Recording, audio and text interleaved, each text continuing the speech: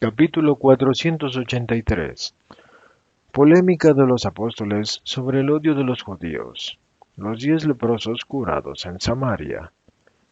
Siguen entre montes y montes bien escabrosos por unas verdes por unas veredas verdes por donde no pasan. Ciertamente carros y solo transeúntes, a pie o personas montadas en fuertes asnos de montaña, más altos y robustos que los habituales burritos de las zonas y menos accidentadas. Una observación que a muchos podría parecer inútil, pero que la hago de todas formas. En Samaria hay diferencias respecto a los usos de los otros lugares, tanto en el vestido como en muchas otras cosas, y una es la abundancia de perros, no común en otros lugares, que me choca, como me chocó la presencia de puercos en la Decápolis. Muchos perros, quizás porque Samaria tiene muchos pastores y tendrá muchos lobos en esos montes tan agrestes. Muchos también porque en Samaria veo a los pastores generalmente solos, al máximo con un muchacho apacentando el rebaño propio, mientras que en otras partes, por lo general, un grupo de pastores custodia rebaños compuestos por numerosas cabezas, propiedad de algún rico. Bueno, de hecho, aquí cada pastor tiene su perro, o más de un perro, según el número de ovejas de su rebaño. Otra característica son precisamente estos asnos casi tan altos como los caballos, robustos y capaces de escalar estos montes con cargas pesadas en la albarada, a menudo cargados de gruesa leña que se encuentra en estos magníficos montes cubiertos de bosques seculares. Otra particularidad, la soltura del comportamiento de los habitantes, los cuales no son unos pecadores, como juzgaban los judíos y los galileos, sino que son abiertos y francos y están exentos de beaterías, exentos de todas esas historias que tienen los otros, y son hospitalarios. Esta constatación me hace pensar que en la parábola del buen samaritano no hubiera solo la intención consciente de hacer resaltar qué bueno y malo hay en otras partes, en todos los lugares y las razas, y que entre los heréticos también puede haber rectos de corazón, sino también justamente una real descripción de las costumbres samaritanas hacia quien necesita ayuda. Se habrán detenido en el Pentateuco. Oigo que hablan de él, y no de otra cosa, pero practican al menos hacia el prójimo con más rectitud que los otros, con sus 613 cláusulas de preceptos, etcétera, etcétera. Los apóstoles hablan con el Maestro, y a pesar de ser incorregiblemente israelitas, deben reconocer y alabar el espíritu que han encontrado en los habitantes de Siquem, que lo comprendo por las cosas que oigo, han invitado a Jesús a detenerse y a estar con ellos. Has oído, ¿no? Dice Pedro. ¿Cómo han dicho claramente que conocen el odio judío? Han dicho hacia ti y contra ti, y hay más odio que contra todos nosotros juntos. Los samaritanos de ahora y del pasado te odian sin límite, y aquel viejo, qué acertadamente lo ha dicho. En el fondo es natural que sea así, porque tú no eres un hombre, sino que eres el Cristo, el Salvador del mundo, y por eso eres el Hijo de Dios, porque solo un Dios puede salvar al mundo corrompido. Y por eso no entiendo tu límite como Dios, que tú te limites, y no teniendo límites tu poder, ni tu santidad, ni tu amor, como tampoco los tendrá tu victoria sobre el mal. Es natural que el mal y el odio, que son una cosa sola con el mal, no tengan tampoco límites contra ti. Verdaderamente ha hablado con acierto, y este razonamiento explica muchas cosas, dice el celote. ¿Qué explica, según tú? Yo digo que explica solo que son unos estúpidos, dice Tomás Expeditivo. No, la estupidez podría ser incluso una justificación, pero no son estúpidos. Ebrios entonces, ebrios de odio, replica Tomás. Tampoco. El enajenamiento cede cuando estalla. Este odio no cede. Sí, porque más estallado que así. Hace tanto tiempo que ha estallado que ya habría tenido que caer. Amigos, la malignidad no ha tocado todavía la meta, dice Jesús tranquilo, como si la meta del odio no muera su suplicio, y este no fuera el hecho del suplicio del Señor. No, Pero si no nos dejan nunca en paz, Maestro, todavía estos no se convencen de que es verdad lo que he dicho, pero lo es. Vaya que sí lo es. Y digo también que si hubiera sido por ustedes, habrían caído todos en la trampa como cayó Juan el Bautista, pero no lo lograrán, porque yo vigilo, dice Judas Iscariote.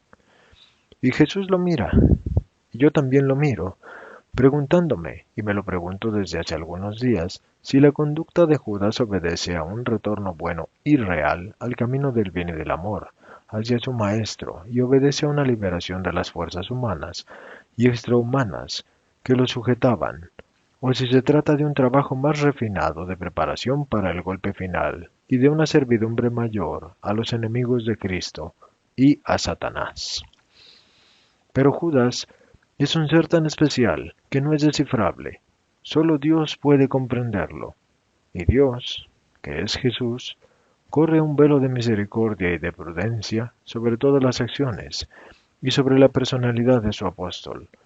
Un velo que se rasgará, iluminando completamente muchos porqués ahora misteriosos, solo cuando se abran los libros de los cielos.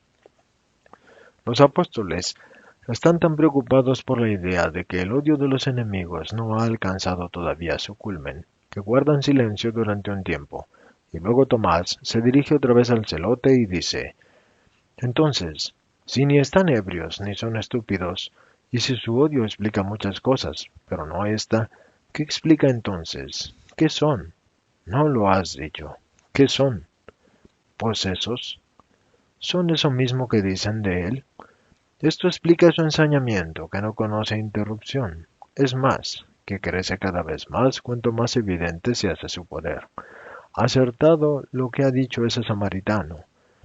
En él, Hijo del Padre y de María, hombre y Dios, está la infinitud de Dios, e infinito es el odio que a esa infinitud perfecta se opone, aunque, en su no tener límite, el odio no es perfecto, porque sólo Dios es perfecto en sus acciones. Pero si el odio pudiera tocar el abismo de la perfección, bajaría a tocarlo. Es más, se arrojaría a tocarlo, para resurgir luego por la misma vehemencia de a la caída en el abismo del infierno contra el Cristo, y para herirlo con todas las armas arrancadas al abismo infernal. El firmamento, reglado por Dios, tiene un solo sol, que surge y resplandece y desaparece, y deja el sitio al sol más pequeño, que es la luna, y ésta, después de haber alumbrado, a su vez, se pone para ceder el sitio al sol. Los astros enseñan mucho a los hombres porque se sujetan a la voluntad del Creador, pero los hombres no. Y un ejemplo es este querer oponerse al Maestro. ¿Qué sucedería si la luna, en una aurora, dijera, no quiero desaparecer, vuelvo por el camino recorrido? Sin duda que chocaría violentamente contra el sol, con horror y daño de toda la creación. Y esto es lo que quieren hacer ellos, creyendo que pueden hacer pedazos al sol. Es la lucha de las tinieblas contra la luz. La vemos todos los días en los amaneceres y en los crepúsculos, las dos fuerzas que se contraponen y que adquieren recíprocamente el dominio sobre la tierra.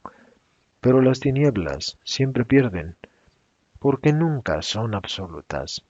Siempre emana un poco de luz, aun en la noche más privada de astros.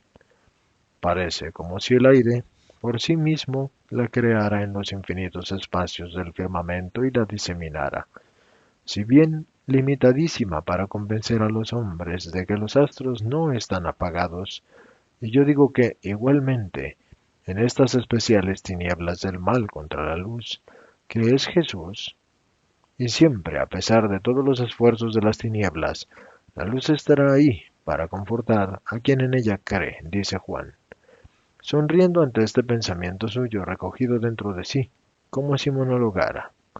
Y Santiago de Alfeo recoge su pensamiento. Los libros Génesis 1, 2, 3 y números 11, 26, 29, 22, 20 al 35, 23, 4 al 30 y 24 El primero de los Reyes 13, del 1 al 5, y el segundo de los Reyes 1, del 15 al 16, e Isaías 11 y 12, llaman al Cristo la estrella de la mañana. Él, por tanto, también conocerá una noche. Y, oh espanto mío, también nosotros la conoceremos. Y conoceremos una noche y un tiempo, que no parecerá fuerte la luz, sino que parecerán victoriosas las tinieblas, pero, dado que Él es llamado la estrella de la mañana, excluyendo un límite en el tiempo, yo digo que, tras la momentánea noche, Él será luz matutina y pura, y fresca y virginal, y renovadora del mundo, y semejante a lo que siguió al caos en el día primero. Oh, sí, el mundo será creado de nuevo en su luz. Y la maldición, dice Judas de Alfeo, caerá sobre los réprobos que hayan querido alzar las manos contra la luz, repitiendo los errores ya cometidos, desde Lucifer hasta los profanadores del pueblo santo. Yahvé deja libre al hombre en sus acciones, pero, por amor del propio hombre, no permitirá que el infierno prevalezca. Oh, menos mal que después de tanto sopor del espíritu, y por el que todos parecíamos como obtusos y entorpecidos por la vejez precoz, la sabiduría vuelve a florecer en nuestros labios. Ya no parecíamos nosotros, y ahora reconozco de nuevo al celote y a Juan, y a los dos hermanos de otros tiempos, dice Judas Iscariote, felicitándose. No me parece que hubiéramos cambiado tanto, que no pareciéramos nosotros, dice Pedro. Que si habíamos cambiado, todos, tú el primero, y luego Simón, y los otros, incluido yo. Si había uno que era más o menos el de siempre, era Juan. Verdaderamente no sé en qué, taciturnos, como cansados e indiferentes y pensativos, y ya no se oía nunca una de estas conversaciones, semejantes a muchas de otros tiempos, y semejantes a la de ahora, que son tan útiles. Para discutir, dice Judas Tadeo, recordando cómo, efectivamente, con frecuencia, degeneraban en disputas. No, para formarse, porque no todos somos como Natanael, ni como Simón, ni como vosotros, de Alfeo, por nacimiento o sabiduría. Y quien lo es menos, aprende siempre de quien lo es más, rebate Judas Iscariote. Verdaderamente yo diría que más que nada es necesario formarse en la justicia, y de esta nos has dado magníficas lecciones, Simón, dice Tomás. Yo, tú ves mal, soy el más necio de todos, dice Pedro. No, tú eres el que más ha cambiado. En esto tiene razón Judas Iscariot. Bien poco queda en ti del Simón que yo conocí cuando vine con vosotros, y que, perdona, sigo siendo igual durante mucho tiempo, y desde que estoy de nuevo contigo después de la separación para las enseñas, no has hecho otra cosa que transformarte. Ahora eres, sí, lo digo, eres más paterno y al mismo tiempo más austero, y tienes conmiseración de todos tus pobres hermanos, mientras que antes, y se ve, yo al menos lo veo, que esto te cuesta, pero te vences a ti mismo, y nunca nos has impuesto tanto respeto como ahora, que hablas poco y regañas poco. Pero, amigo mío, tú eres muy bueno viéndome así. Yo, aparte de en el amor hacia el maestro, que me cree continuamente, yo no he cambiado en nada de nada. No, Tomás tiene razón. Estás muy cambiado, confirman bastantes. Bueno, bueno, ustedes lo dicen, dice Pedro encogiéndose de hombros y añade, solo el juicio del maestro sería seguro, pero me guardo bien de pedírselo. Él conoce mi debilidad y sabe que incluso una alabanza mal dada podría perjudicar a mi espíritu. Por tanto, no me alabaría y haría bien en no hacerlo. Comprendo cada vez mejor su corazón y su sistema, y ahí veo toda la justicia. Porque tienes ánimo recto y porque amas cada vez más, lo que te hace ver y comprender es tu amor por mí, maestro tuyo, el verdadero, y más grande maestro que te hace comprender es el amor, dice Jesús, que hasta ese momento había escuchado y guardado silencio. Yo creo que es también el dolor que llevo dentro. ¿Dolor? ¿Por qué? Preguntan algunos. Bueno, pues por muchas cosas que en el fondo son una sola cosa. Todo lo que sufre el maestro y el pensamiento de lo que sufrirá. No podemos seguir pensando en las musarañas como en los primeros tiempos, pensando en las nubes como críos que no saben. Ahora que sabemos de qué son capaces los hombres y cómo se debe sufrir para salvarlos. Venga, hombre. Creíamos todo fácil en los primeros tiempos. Creíamos que bastaba presentarse para que los otros vinieran a nuestra parte. Creíamos que conquistar Israel y el mundo era como echar una red en un fondo abundante en pesca. Pobres de nosotros. Pienso que si no consigue él una buena presa, nosotros no conseguiremos ninguna. Pero esto no es nada todavía. Pienso que esos son malos y le hacen sufrir, y creo que este es el motivo de nuestro cambio en general. Es verdad. Por mi parte, es verdad, confirma el celote. También en mi caso. También yo, dicen los otros. Yo hace mucho que estaba inquieto por esto y he tratado de disponer de buenas ayudas, pero me han traicionado y ustedes no me han comprendido. Y yo no les he comprendido a ustedes, y creía que eran como son, por cansancio del espíritu, o por falta de confianza, o por desilusión, confiesa Judas Iscariote. Yo nunca he esperado humanas alegrías y por tanto no estoy desilusionado, dice el celote. Yo y mi hermano querríamos verlo victorioso, pero para alegría suya. Lo hemos seguido por amor, de parientes antes que de discípulos, y lo hemos seguido siempre desde niños, él, el más pequeño en edad de nosotros, hermanos, pero siempre mucho más grande que nosotros, dice Santiago con su admiración ilimitada por Jesús. Si tenemos un dolor, es el que no todos nosotros, los de la parentela, lo amamos en el espíritu y solo con el espíritu, pero no somos los únicos en Israel que lo aman mal, dice Judas Tadeo. Judas Iscariote lo mira, y quizás hablaría, pero le distrae un grito que llega hasta ellos desde un cerro que se alza por encima del pueblecito en el que están orillando, buscando el camino para entrar en él. Jesús, Rabí, Jesús, Hijo de David y Señor nuestro, ten piedad de nosotros. Leprosos, vámonos, maestro. Si no, va a venir el pueblo y nos van a retener en sus casas, dicen los apóstoles. Pero los leprosos tienen la ventaja de estar más adelante que ellos, arriba, en el camino, aunque al menos a unos 500 metros del pueblo, y bajan cojeando por el camino y corren hacia Jesús repitiendo su grito. Entremos en el pueblo, maestro. Ellos no pueden hacerlo, dicen algunos apóstoles, pero otros rebaten. Y ya algunas mujeres se han asomado a mirar. Si entramos, nos libraremos de los leprosos, pero no de ser reconocidos y retenidos. Y mientras titubean sobre la postura a tomar, los leprosos se van acercando a Jesús, quien, no haciendo caso de los peros y de los sí de sus apóstoles, ha proseguido por su camino. Y los apóstoles se resignan a seguirlo, mientras que mujeres con los niños agarrados a las faldas y algún hombre viejo que se ha quedado en el pueblo vienen a ver dejando una prudente distancia entre ellos y los leprosos, los cuales se detienen a algunos metros de Jesús y suplican una vez más, Jesús, ten piedad de nosotros. Jesús los contempla un instante y luego, sin arrimarse a este grupo de dolor, les pregunta, ¿son de este pueblo? No, maestro. Somos de diversos lugares, pero este monte donde estamos, por la otra parte, mira el camino que va a Jericó, y es bueno para nosotros ese lugar. Vayan entonces al pueblo cercano, a su monte, y muéstrense a los sacerdotes.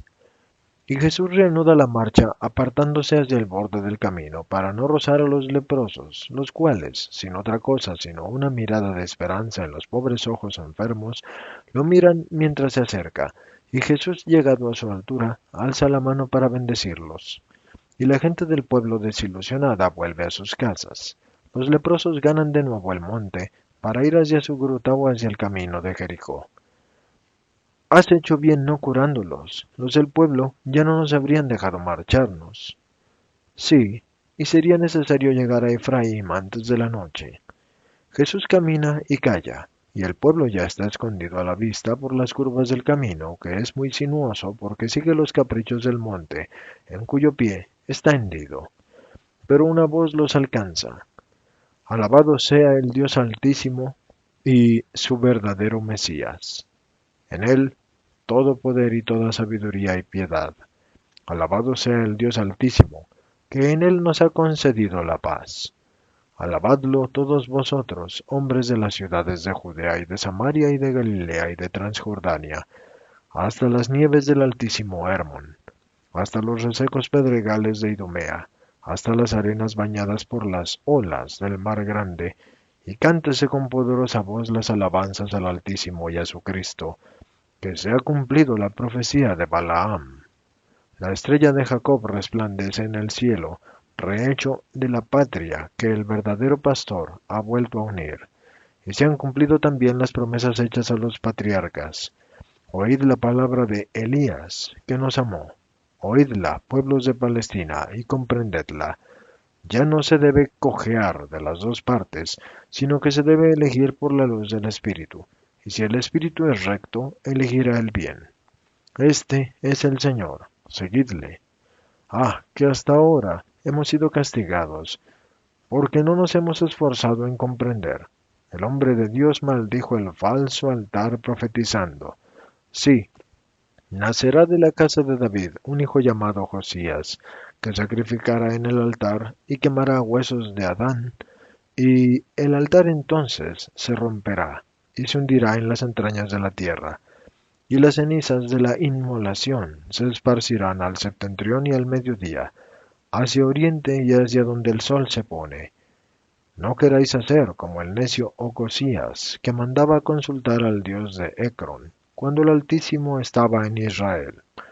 No queráis ser inferiores a la burra de Balaam, la cual por su reverencia al espíritu de la luz, mientras que habría caído muerto el profeta que no veía, habría merecido la vida.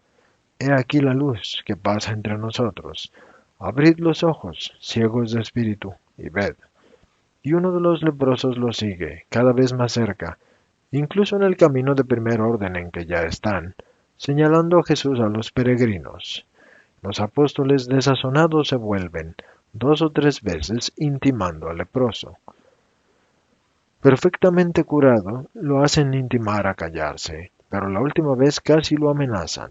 Pero él, dejando por un momento de alzar así la voz para hablar a todos, les responde: ¿Y qué quieren? ¿Que no glorifique las grandes cosas que Dios me ha hecho? ¿Quieren que no lo bendiga? Bendícelo en tu corazón y calla, le responden inquietos. No, no puedo callar. Dios pone las palabras en mi boca, y otra vez con voz fuerte: gentes de los dos lugares de la frontera y gentes que pasan fortuitamente, deténganse a adorar a aquel que reinará en el nombre del Señor.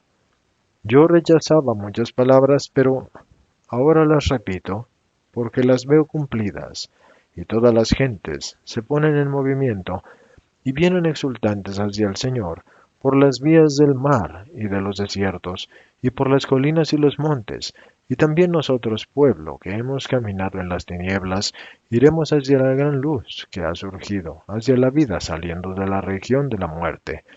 Lobos, leopardos y leones, como éramos, renaceremos en el Espíritu del Señor, y nos amaremos en él, a la sombra del retoño de Jesé, que ya es cedro bajo el cual acampan las naciones, por él recogidas desde los 4 puntos de la tierra.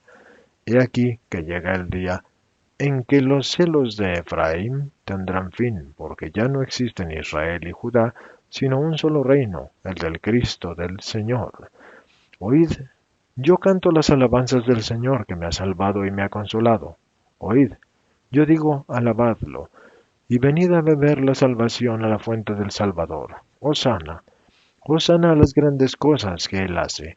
Hosana al Altísimo, que ha puesto en medio de los hombres a su espíritu, revistiéndolo de carne, para que fuera el Redentor.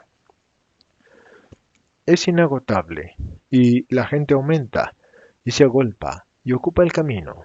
Quien estaba atrás se acerca, y quien estaba delante regresa, y los habitantes de un pequeño pueblo en cuyos aledaños están ya, se unen a los viandantes, pero mándale que se calle, Señor.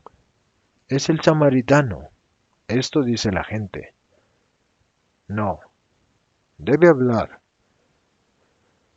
No debe hablar de ti. Si ya no permite siquiera que nosotros te precedemos predicándote, y dicen así inquietos los apóstoles. Amigos míos, les repito de nuevo las palabras de Moisés a Josué, hijo de Num, que se quejaba porque Eldad y Medad profetizaban en el camino, y les digo lo mismo, no, debe hablar. ¿Estás celoso por mí en vez de mí? Eso dijo Moisés. ¿Estás celoso por mí en vez de mí? Ojalá profetizara así todo el pueblo, y el Señor diera a todo su espíritu. De todas formas me detengo y lo despido para complacerlos. Y se para y se vuelve y llama al leproso curado, el cual se acerca presuroso y se postra ante Jesús y besa la tierra. Álzate. ¿Y los otros dónde están? ¿Que no eran 10? Los otros 9 no han sentido la necesidad de dar las gracias al Señor. Entonces, de 10 leprosos, de los cuales solo uno, y era samaritano, no se ha encontrado ninguno, aparte de este extranjero, que sintiera el deber de regresar para dar gloria a Dios antes de restituirse a sí mismo a la vida y a la familia, y se le conoce como samaritano. Ya no están ebrios los samaritanos, puesto que ven sin equivocaciones y acuden al camino de la salvación sin paso vacilante. Es que habla la palabra un lenguaje extranjero, pues que lo entienden los extranjeros y no los de su pueblo. Extiende la mirada de sus espléndidos ojos sobre la multitud que se encuentra ahí, procedente de todas las partes de Palestina, y esos ojos, con su centelleo, son irresistibles, y muchos agachan la cabeza y asusan a las cabalgaduras, o se echan a caminar y se alejan. Y Jesús baja los ojos hacia el samaritano que está arrodillado a sus pies, y la mirada se hace dulcísima, y alza la mano, pues la tenía relajada, haciendo un gesto de bendición, y dice, Álzate y márchate, tu fe te ha salvado, en ti más que a tu carne, camina en la luz de Dios, ve. Y el hombre besa nuevamente la tierra, y antes de levantarse, pide, un nombre, Señor, un nombre nuevo, porque todo es nuevo en mí, para siempre. ¿En qué tierra nos encontramos? En la de Efraín. Pues entonces llámate Efrén, de ahora en adelante, porque 2 veces la vida te ha dado vida.